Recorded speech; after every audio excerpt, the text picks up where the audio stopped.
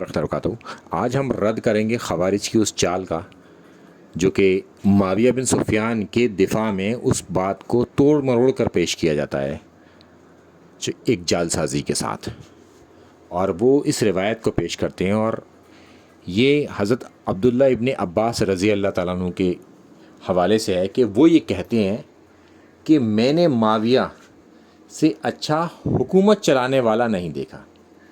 یہ امام بخاری کی ایک تاریخی کتاب ہے جس کا نام ہے تاریخ کبیر، جلد 4 صفحہ 328 رقم اول۔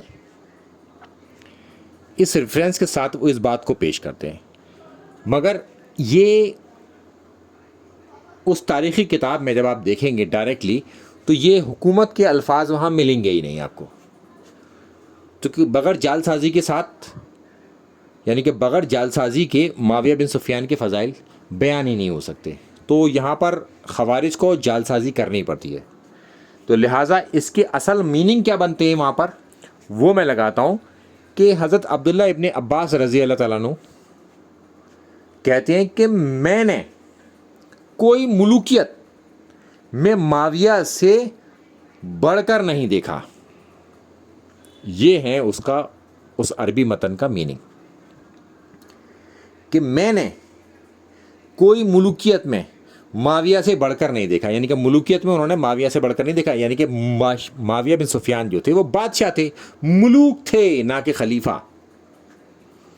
یہ پاسا ناسبیوں کے خلاف الٹا پڑ گیا چونکہ اس کی عربی متن کو دیکھ لیا گیا، چونکہ جب آپ عربی متن دیکھیں گے تو آپ کو خود ہی پتہ چل جائے گا، وہ میں اس کے بعد میں دکھاتا ہوں۔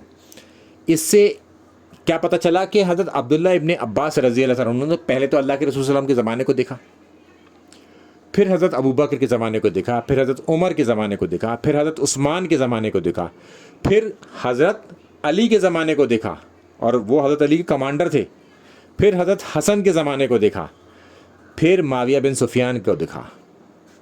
تو انہوں نے تو پہلے 5 خلیفہ راشد دیکھے تھے، کوئی ملوک دیکھا ہی نہیں تھا۔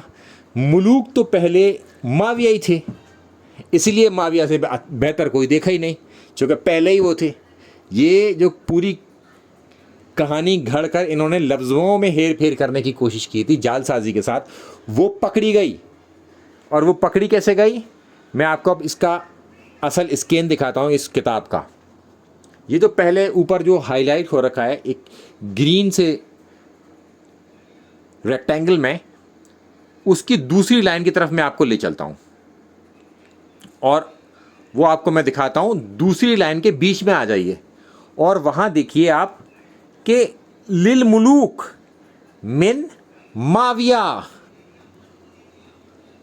یہاں پر لفظی ملوک ہے۔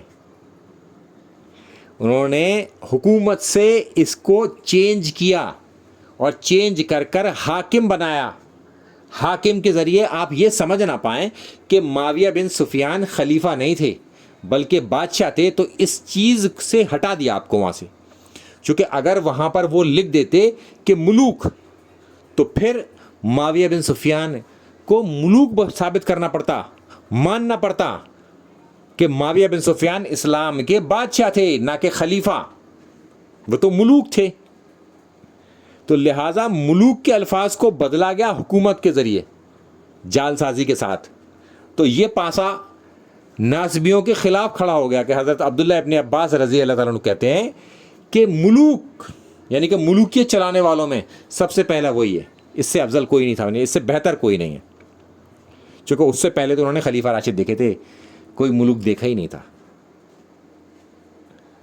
تو اگر آپ ناسبیوں کو صحیح سے پکڑنا چاہتے ہیں تو پھر اس عربی متن کو ایک بار ضرور پڑھ لیا کریں۔ جن کو اردو پڑھنی آتی ہے نا، وہ عربی متن کو ضرور پکڑ لیں گے، اور تقریباً 50 سے 55 چیزوں کو وہ سمجھ جائیں گے اگر وہ پڑھ لیں اسے تھوڑا سا۔